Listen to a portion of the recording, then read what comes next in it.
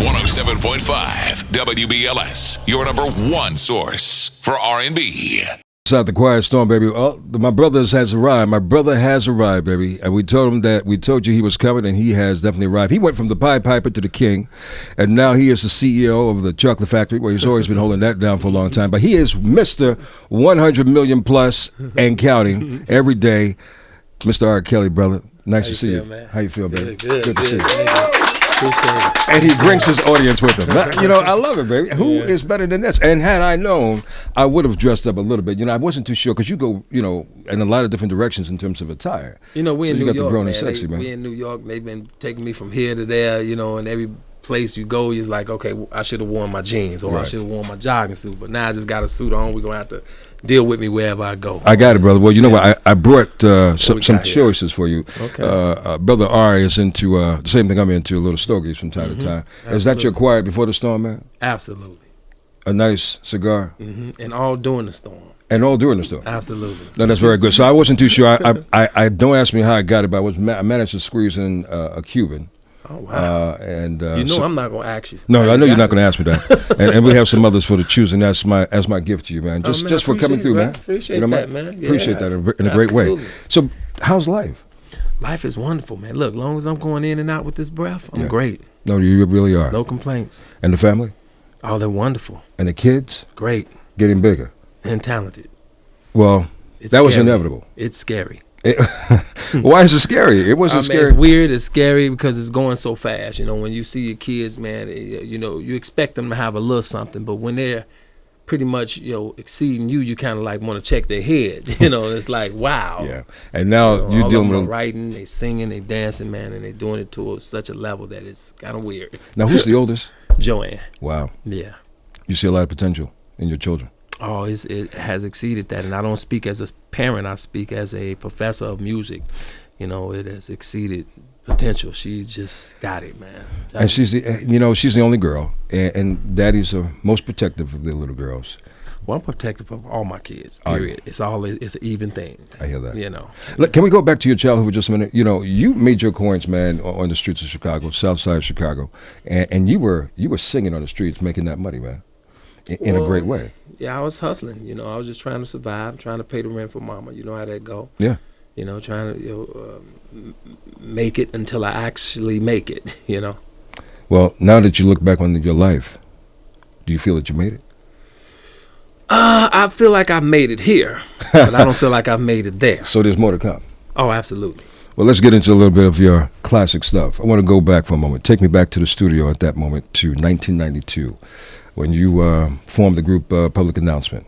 Honey Love was the one that stuck out in my mind. And being so we're in the Quiet Storm, share that moment. How was that experience? How did it come about? What inspired it, if you can share that secret of it? Well, first of all, let me clear up on me and Public Announcement, because I know a lot of people, you know, think that we were a group. And I mean, I'm not playing Public Announcement, you know. Right. I'm not gonna do this is David Ruffin. I'm David Ruffin. This is the Temptations. I'm not gonna do that one. But okay, all right. Back in the days, man, it was like being a solo artist didn't seem like that was hot at the time, and so I had to, you know, kind of like be a little smart and say, okay, I need to look like a group.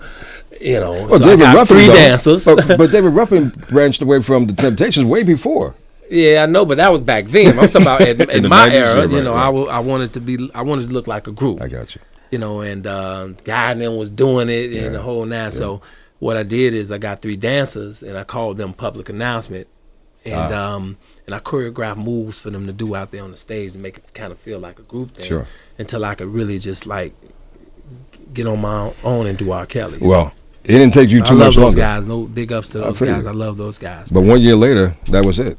Yeah. That was it. Speaking of 12 Play, man, that was, and that still is, one of your classic albums that never fails any personal romantic situation.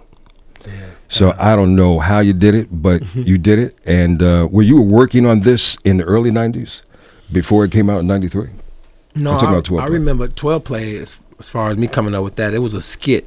It was a song called 12 Play, but it was just a skit on my, when I was opening up for Gerald Levert and Glenn Jones at the time.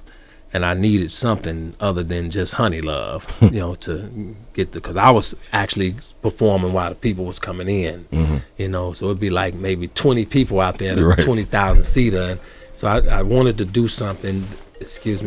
I wanted to do something that would, excite the crowd so people can get to talking. So I came up with a skit called 12 Play.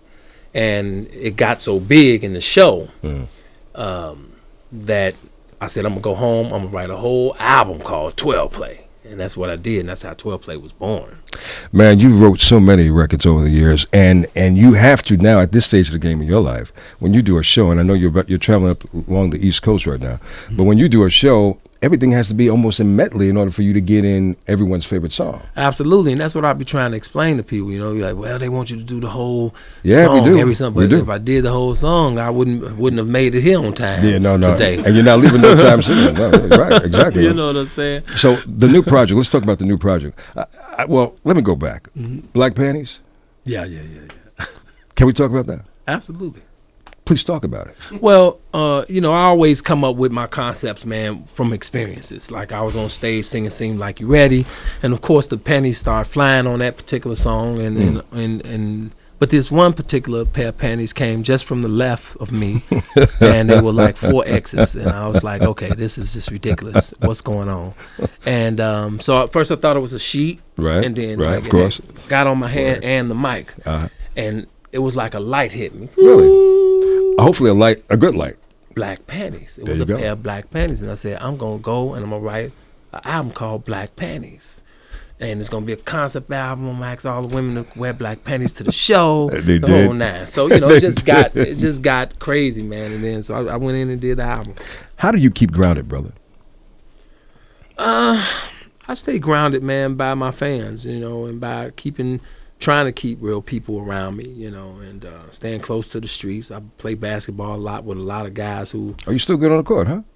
Oh yeah, I still play. I'm still in shape. Let's put it like that. No, I you don't are, want to you brag, so let's just say I'm still in shape to play basketball. I got you.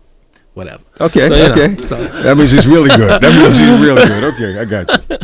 No, but I have a lot of fun, man. I stay grounded by just staying in the studio and being real to myself, never taking my gift or my music or anything like that for granted, and always keeping myself close to the streets, and that's what I do in the studio to keep it, to keep it me. You've come a long way from watching 20 people in an audience to seeing sellout audiences all around the world, and it's been working tremendously well for you. Is that a humbling factor to you at this stage of the game? And if it is, what's next for R. Kelly? Is it stadiums? Because you're doing well in these little arenas, but what's next? Well, I believe space is the limit. The sky's overrated, and I believe that space is the limit, because if you get in space, you can go anywhere in the universe, and metaphorically speaking. So I feel like that if I stay true to the game and continue to write life and not just songs, not only will my longevity, I have longevity, but I'll be able to expand and go other places and other genres of music and everything else that this world has to offer. Well, brother, the world is yours, and you've been taking it by storm, and I'm so proud of your accomplishments and all that you've done, and we really appreciate your legacy and your body of work, man. It's been really, really ideal. Let's talk about Buffet before we let you go. You cater to such a diverse amount of audiences. You have old school, you have the new cats. You've rebirthed 2 classic icons, which I would love to hear your thoughts on. I'm talking about Ronald Isley and Charlie Wilson. You gave them a whole breadth and a whole new generation. At this stage of the game, how do you? Well, let's talk about Buffet first. You're catering to a lot of different genres with Buffet, and you've always taken chances. You've never followed the trend. You're a trendsetter. What can we expect from this project? Well, first of all, the Buffet album will be set up just like a real buffet, because like you said, I've gotten from 27 years of being in the business and being successful, and thanks to you guys here and all my fans out there, I decided to do this because as I look out over my audience now, things have changed in a very drastic way, but in a good way. You got younger folks, medium, middle age, older people out there, and they all are standing up with their hands up singing my songs. Of course, in each generation, I noticed as I was observing, have their own, favorite, You know, some people like Step in the Name of Love. Some people like Bump and Grind. Some like Ignition. Some like I Believe I Can Fly. But yet they all like the same thing. So I decided to go and do an album called Buffet, because then that way I can put all those types, all those styles of music on one album. That's great. And you know, it's all you can hear. Your words, last words on Uncle Charlie Wilson and Ronald Isley. You the memories. You went from Ronald Isley, you turned him into Mr. Big. I remember walking the cat down the hallway. Every young cat knew this guy as Mr. Big, not Ronald Isley. Transformed his career. You also jump-started and revitalized Uncle Charlie Wilson's career. I just want to know your thoughts on how you feel about those two distinguished gentlemen of music. Well, as far as, first of all, Ronald Isley is concerned, I'm a fan of both of them. And as far as Ronald Isley is concerned, I remember doing Down Low, and it just didn't feel right to me unless I got Ronald Isley on there, because it was calling his voice. I had a little falsetto, but I'm no Ronald Isley. Man, so once I ran into him in L.A., told him about the song, and I told him, I said, man, this song gonna change your very life if you put your vocals on it. But at that point, I was just selling the song. I didn't know it was gonna change his life or take him into another genre. Let's say that, because I didn't make Ronald Isley, but you know, I made Mr. Big. So I feel like that song had a lot to do with that. And it kind of changed the game as far as doing movies and telling stories and songs and making it a hot song as well. You know, and we're best friends today. And as far as Uncle Charlie, you know, I was at a basketball court playing basketball, and I look over, and I had never met Charlie Wilson, and he called my name, and I looked, and it was Charlie. So I went in, he said he wanted a song from me. He came down here to find a hit, you know, and see if I had one. I said, come on to the studio with me right now. And that very night, right in front of his face, I wrote Charlie last name Wilson, because I told him you have to be reintroduced because it's a new generation now. You know, I love Gap Band. Everybody else love Gap Band, but my kids don't know you guys. So if you introduce yourself, and this song, I'm going to call it Charlie last name Wilson. Now, I'm not going to lie. I got to be honest. My feelings were hurt by Uncle Charlie when he didn't thank me when he got up there and got that damn award. I got you. But it's okay. I love him still. And if he called me tonight or came up to the basketball court tonight, I'd do another hit. I know that's right, brother. You understand? Well, you know, man, you know what? I respect everything that you've done, brother Kels. And again, much continued success, man.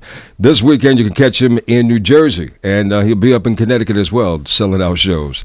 Make sure you check along the way. We'll give you a chance to actually try to win your way in tonight, but continue to be safe, continue to give us the wonderful things that you do, and we'll look to read more about your life. Appreciate it, as man. time goes. Thank you for the stogies. These really mine. There wasn't no act right. Yeah, man. No. That's not, you're going to take them all, too. You're not even leaving a brother one. No, enjoy it. Enjoy it. Enjoy it. All right,